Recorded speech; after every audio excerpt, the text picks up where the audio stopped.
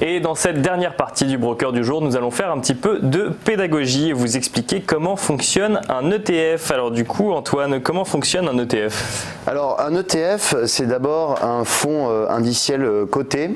En anglais, ça veut dire Exchange Trade Fund, c'est-à-dire que vous allez, c'est un produit un peu hybride entre un fonds d'investissement et une action. C'est-à-dire que ça va avoir la structure juridique d'un OPCVM, d'un fonds d'investissement, mais avec la liquidité d'une action. C'est-à-dire que c'est coté en continu pendant les heures de cotation d'une action. Donc, comment ça fonctionne exactement un ETF? En fait, ça réplique à l'identique la performance d'un indice qu'il traque. En fait, c'est pour ça qu'on l'appelle aussi tracker en français. Donc, un ETF, c'est un tracker.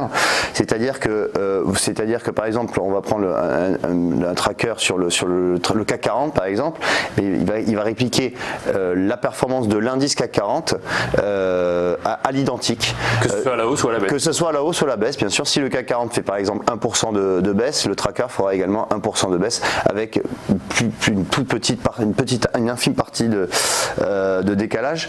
Mais et l'avantage que vous avez, c'est que vous n'êtes pas obligé d'investir sur les 40 actions qui composent le CAC 40 justement. C'est-à-dire que là, vous avez un produit. Un investissement. Voilà, exactement. Avec un seul produit, vous pouvez investir directement sur les 40 valeurs du CAC. Là, j'ai pris un exemple du CAC, mais par exemple sur le S&P 500, c'est les 500 plus grosses valeurs qui composent l'indice américain.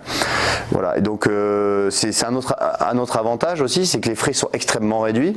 Les frais de transaction, c'est-à-dire que vous avez pendant les frais de gestion, les frais de gestion sont très réduits, c'est-à-dire que par exemple quand vous investissez sur un fonds d'investissement traditionnel, les frais peuvent aller de 2 à 3%, alors que là sur un tracker les frais sont de 0,2 0,3% annuels, donc c'est quand même un avantage assez important. Et pour conclure, du coup, ça s'adresse à qui un ETF? Pour quel type de stratégie? Alors en fait un ETF, ça s'adresse déjà aux communs des mortels, j'ai envie de dire, puisque c'est vraiment ça, c'est très simple à comprendre. Ça marche comme une action puisque ça réplique la performance d'une action ou d'un indice.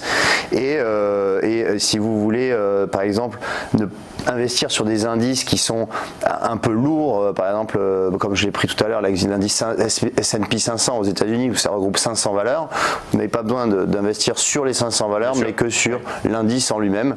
Et donc en fait, c'est quand même beaucoup plus souple en termes d'investissement. C'est plus facile d'y rentrer et d'y sortir. Le cas échéant. Tout à fait.